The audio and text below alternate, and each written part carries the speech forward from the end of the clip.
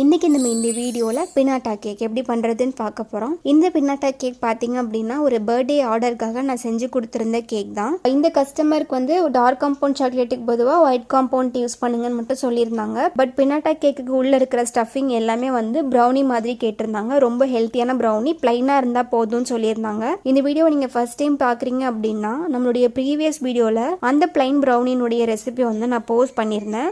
அந்த ப்ரௌனி தான் நான் இந்த கேக்குக்கு வந்து பயன்படுத்த போகிறேன். இப்போ இந்த பினாட்டா கேக்கை நான் எப்படி வந்து செட் பண்ணியிருந்தேன்னு சொல்லி இந்த வீடியோவில் நம்ம கிளியராக பார்க்கலாம்.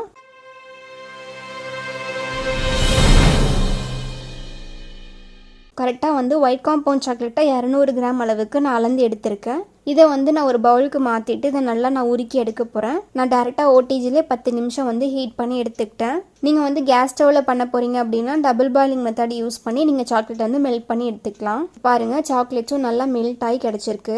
நல்லா மெல்ட் பண்ணி எடுத்து இந்த சாக்லேட்டை நம்ம பின்னாட்டா மோடில் வந்து ஆட் பண்ணி செட் பண்ணி எடுக்க போகிறோம். சாக்லேட் வந்து நல்லா சூடாக இருக்கும் போது, நல்லா மெல்ட்டாக இருக்கும் போதே நான் வந்து ஆட் பண்ணி இந்த மாதிரி அழகாக அட்ஜஸ்ட் பண்ணி எடுத்துக்கிட்டேன். ஃபர்ஸ்ட் லேயரில் வந்து நீங்கள் சாக்லேட் கோட்டிங் கொடுக்கும்போது நீங்கள் வந்து நார்மலாக கையாலேயே எல்லா பக்கம் நல்லா ஸ்ப்ரெட் பண்ணி விட்டு எடுத்துக்கலாம். ஸ்ப்ரெட் பண்ணின பிறகு கரெக்டாக இது ஒரு 10 நிமிஷம் போல் நீங்கள் ஃப்ரிட்ஜில் வச்சு எடுத்தீங்க அப்படின்னா உங்களுக்கு வந்து நல்லாவே செட் ஆகி கிடைக்கும். 10 நிமிஷம் வந்து ஃப்ரிட்ஜில் வச்சு நான் எடுத்துக்கிட்டேன். இப்போ பாருங்கள் எவ்வளோ ஸ்டிஃபாக செட் ஆயிருக்குன்னு சொல்லிட்டு. இப்போ வந்து எங்காச்சும் கேப் இருந்தது அப்படின்னா நம்ம அதுக்கு மேலே வந்து இன்னொரு கோட்டிங் வந்து கொடுத்துக்கலாம். முடிஞ்ச வரைக்கும் நல்லா திக்காகவே கொடுங்க, அப்போ தான் நல்லா ஸ்டிஃபாக இருக்கும். அந்த எட்ஜிலலாம் வந்து உடையாம கரெக்டாக கிடைக்கும். நான் ஒரு ஸ்பேச்சுலா யூஸ் பண்ணி தான் வந்து எல்லா பக்கம் நல்லா கவர் பண்ணி எடுத்திருந்தேன்.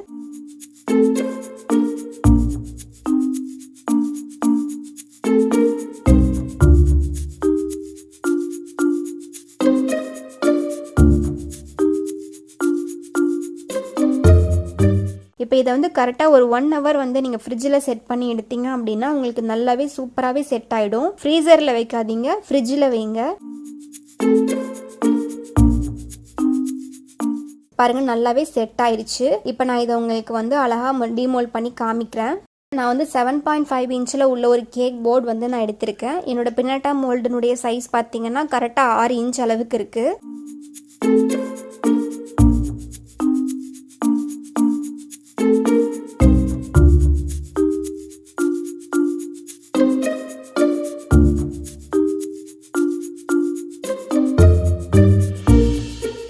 இதுக்குள்ளே வந்து ஃபஸ்ட்டு வந்து நான் ப்ரௌனிஸ் வச்சு நான் ஃபில் பண்ணிக்க போகிறேன்.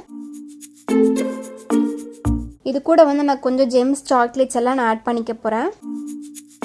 இப்போ நம்ம செட் பண்ணி எடுத்துருந்த அந்த சாக்லேட்டை மேலே வச்சு நம்ம கவர் பண்ணி எடுத்துக்கலாம். இந்த சாக்லேட்டை வந்து நான் டிமோல்ட் பண்ணும்போது எட்ஜஸ் எல்லாம் வந்து ரொம்ப ஷார்ப் எட்ஜஸாக எனக்கு கிடைக்கல. அதனால நான் என்ன பண்ண போகிறேன் அப்படின்னா ரிப்பன் மாதிரி இருக்கும். இந்த ரிப்பனை வச்சுட்டு நான் அழகாக ஒரு டிசைன் மாதிரி எட்ஜஸ் எல்லாம் கவர் பண்ணி எடுக்க போகிறேன். அப்போ நமக்கு ஃபினிஷிங்கில் வந்து பார்க்கறதுக்கு ரொம்ப நல்லாவும் இருக்கும். நிறைய பேர் வந்து சுகர் பேர்ல்ஸ் வச்சு அதை கவர் பண்ணுவாங்க. பட் சுகர் பேர்ல்ஸ் வச்சோம் அப்படின்னா எல்லாமே வந்து ஈவனாக இருக்காது. ஸோ அதனால ரிப்பன் நம்ம யூஸ் பண்ணி ஃபுல்லாக கவர் பண்ணும்போது ஃபினிஷிங்கும் நல்லாயிருக்கும். இப்போ பாருங்கள், அது பார்க்கவும் ரொம்பவே நல்லா இருந்தது. அடுத்து இதுக்கு மேலே நான் பெருசாக வந்து கசகசன்னு சொல்லி எந்த ஒரு டிசைனுமே நான் எக்ஸ்ட்ராவாக போடவே போகிறதில்ல.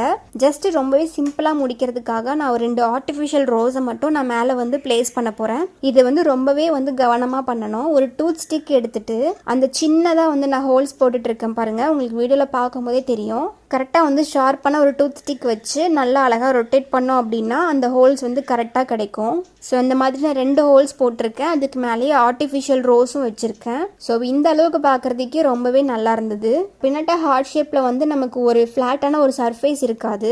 அதனால நம்ம க்ரீம் யூஸ் பண்ணி ஹாப்பி பர்த்டேன்னு ரைட் பண்ணோம் அப்படின்னா அது அவ்வளோ ஒன்றும் நல்லா இருக்காது. ப்ளஸ் நம்ம நேமுமே எழுதினாலுமே அவ்வளோ ப்ராப்பராக இருக்காது.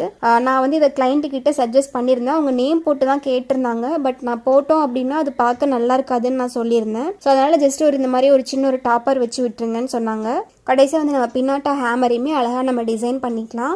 நான் எந்த ரிப்பன் யூஸ் பண்ணி அந்த பின்னாட்டா கேக்கை வந்து நான் கவர் பண்ணியிருந்தேனோ அதே கலர் யூஸ் பண்ணி நான் இந்த ஹேமரையும் டிசைன் பண்ணிட்டு இருக்கேன்.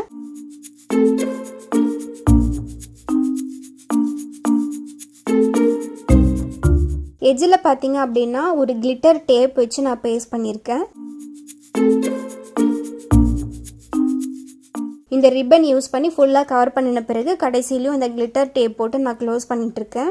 இப்போ எஜ்ஜில் வந்து அழகாக அந்த மாதிரி நாட் மாதிரி போட்டுட்டோம் அப்படின்னா நமக்கு வந்து சூப்பரான பார்க்கறதுக்கு ரொம்ப அழகான ஒரு பினாட்டா ஹேமர் வந்து கிடச்சிரும்.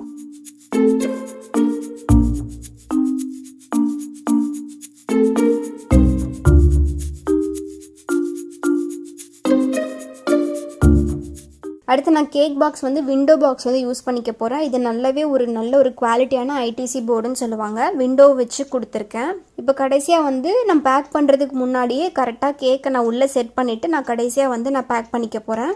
உள்ளுக்குள்ளே ஸ்டஃபிங் பார்த்தீங்கன்னா ஆல்மோஸ்ட் ஒரு 250 கிராம்லேருந்து 300 கிராம் வரைக்கும் ப்ரௌனிஸ் வந்து உள்ள ஸ்டஃபிங்காக பிடிச்சிருக்கோம். அது போக 200 கிராம் சாக்லேட்டை நல்லா மெல்ட் பண்ணி அந்த பினாட்டா மோல்டுக்காக நான் யூஸ் பண்ணியிருந்தேன். ஆல்மோஸ்ட் 500 கிராம் வரைக்கும் இந்த பினாட்டா கேக்லேயே கிடச்சிருந்துச்சு. அது போக வந்து நான் ஒரு 250 கிராம் அளவுக்கு ப்ரௌனிஸ் வந்து தனியாக பேக் பண்ணி ஒரு சின்ன ஒரு பேக்கில் போட்டு நான் இது கூடயே வந்து நான் கொடுத்துருந்தேன். இந்த கேக்குக்கு வந்து நான் கரெக்டாக வந்து 700 ருபீஸ் வந்து நான் சார்ஜ் பண்ணியிருந்தேன். ஏன்னா நம்ம இதில் யூஸ் பண்ணியிருக்கிறது எல்லாமே பார்த்தீங்கன்னா கொஞ்சம் எக்ஸ்பென்சிவான பொருட்கள் தான். அதே மாதிரி இந்த கேக்குக்கு நல்ல ஒரு பாசிட்டிவான ஒரு ஃபீட்பேக் கொடுத்துருந்தாங்க. ரொம்பவே ப்ரொஃபஷனலாகவும் ரொம்ப பர்ஃபெக்டாகவும் இருந்ததுன்னு சொல்லியிருந்தாங்க. உள்ளுக்குள்ளே ஆட் பண்ணியிருந்த அந்த ப்ரௌனி பார்த்தீங்கன்னா ரொம்ப டேஸ்ட்டாகவும் இருந்ததுன்னு சொல்லியிருந்தாங்க. அதே மாதிரி நிறைய பேர் வந்து விப்பிங் க்ரீம் எல்லாம் வந்து உங்கள் சரௌண்டிங்கில் கிடைக்கல அப்படின்னு சொல்லியிருந்தீங்க. அப்படி இருக்கவங்க கூட இந்த மாதிரி எல்லாம் நீங்கள் பினாட்டா கேக்ஸ் வந்து ரொம்ப ஈஸியாக பண்ண முடியும். உள்ளுக்குள்ளே நம்ம ஆட் பண்ணுற கேக்ஸ் வந்து கண்டிப்பாக வந்து ஒரு பர்த்டே கேக்கோ இல்லை க்ரீம் யூஸ் பண்ண கேக்காக தான் இருக்கணும்னு சொல்லி அவசியமே கிடையாது. ஒரு ப்ரௌனியாக இருக்கலாம், ஒரு கப் கேக்ஸாக இருக்கலாம், இல்லை சாக்லேட்ஸாக இருக்கலாம், உள்ளுக்குள்ள ஏதாவது ஒரு சர்ப்ரைஸ் ஐட்டம்ஸ் கூட இருக்கலாம். நீங்கள் வந்து உங்களுடைய ஓன் கிரியேட்டிவ் நாலேஜ் வச்சு இந்த மாதிரி நிறைய டிஃப்ரெண்டான ரொம்பவே யூனிக்கான பினாட்டா கேக்ஸ் எல்லாமே நீங்கள் வீட்டிலே ரெடி பண்ணிக்க முடியும். கண்டிப்பாக இந்த வீடியோ வந்து ஏதாவது ஒரு வகையில் உங்களுக்கு பயனுள்ளதாக இருக்கும் அப்படின்னு நினைக்கிறேன். இருந்துச்சு அப்படின்னா நம்ம சேனலை சப்ஸ்கிரைப் பண்ணி வச்சுக்கோங்க. And thank you so much.